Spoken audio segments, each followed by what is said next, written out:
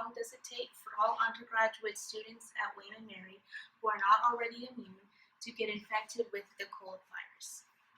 Before I approach this problem, I would like to discuss the numbers, approximations, and assumptions that I made for this problem.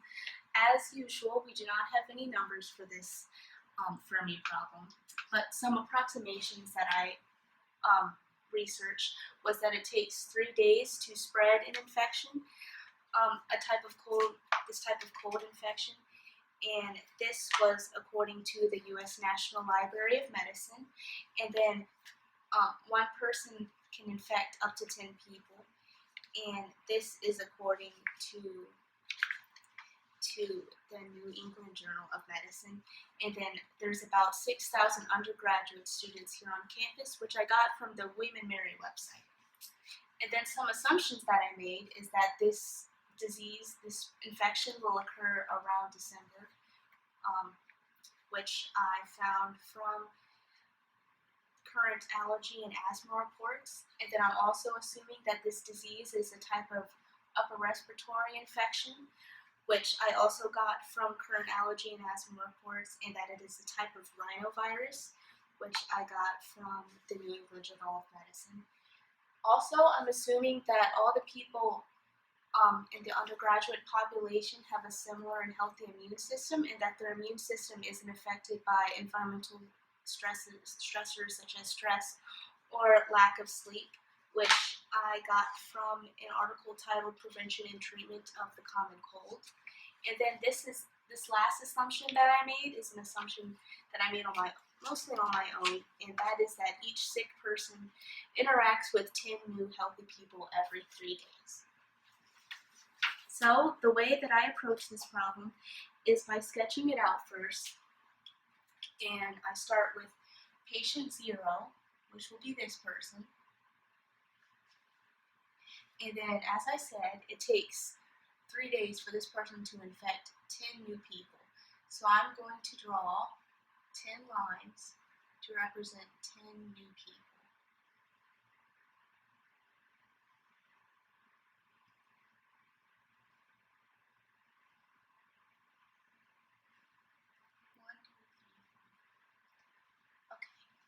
And then each of these dots will represent a new person who just got infected with this cold virus.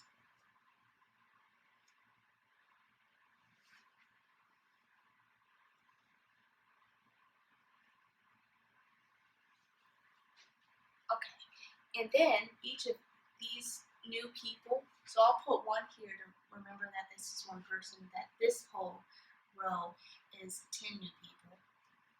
Each of these people infect 10 new people every 3 days.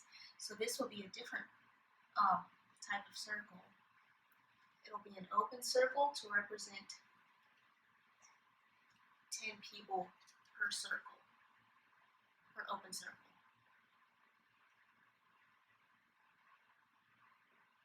And if you add these up, 10 times 10, you get 100. And then each of these 10 people infect 10 new people.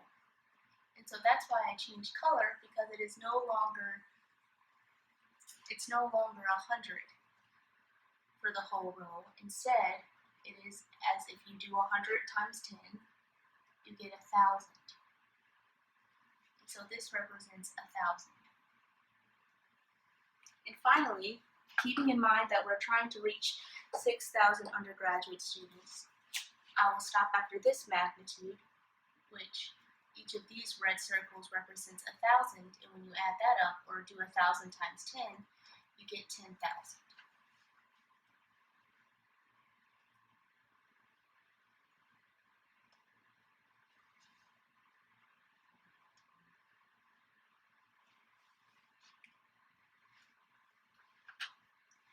So when you add these up, you get 10,000 plus 1,000 plus 100 plus 10 plus 1. You get 11,111. And as I said, each of these lines represents 3 days. So you would get 3, 6, or 3 times 4 is 12. But this is an estimate. And we can easily get to 6,000 if we remember that the rate is that 10 new people get infected every 3 days, which means that about 3 people are infected every day, which means about 6 to 7 people are infected every 2 days. Remember, as I said, that we add up all these numbers, so we know that we already have 1,000 within newly infected people, and we're trying to reach 6,000. So 6,000 minus 1,000 is 5,000, which means we are trying to infect 5,000 new people. And 5 falls between 3 and 6, which means that it is more than 1 day to infect 5,000 new people, but a bit less than 2 days to infect 5,000 people. So I am estimating about 2 days to infect 5,000 new people within this population.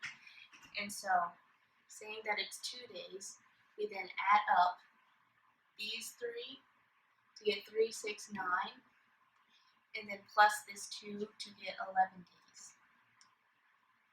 which is the final answer. And if you add these populations up, these 5, you get 5,000 plus 1,000, which is 6,000, plus 100, which is 6,100, plus 10 plus 1, and you get 6,111 people. So it takes about 11 days for the whole undergraduate population to get infected with a cold virus, which some may find very surprising, which I do honestly, that it takes less than 2 weeks for the whole population to be infected.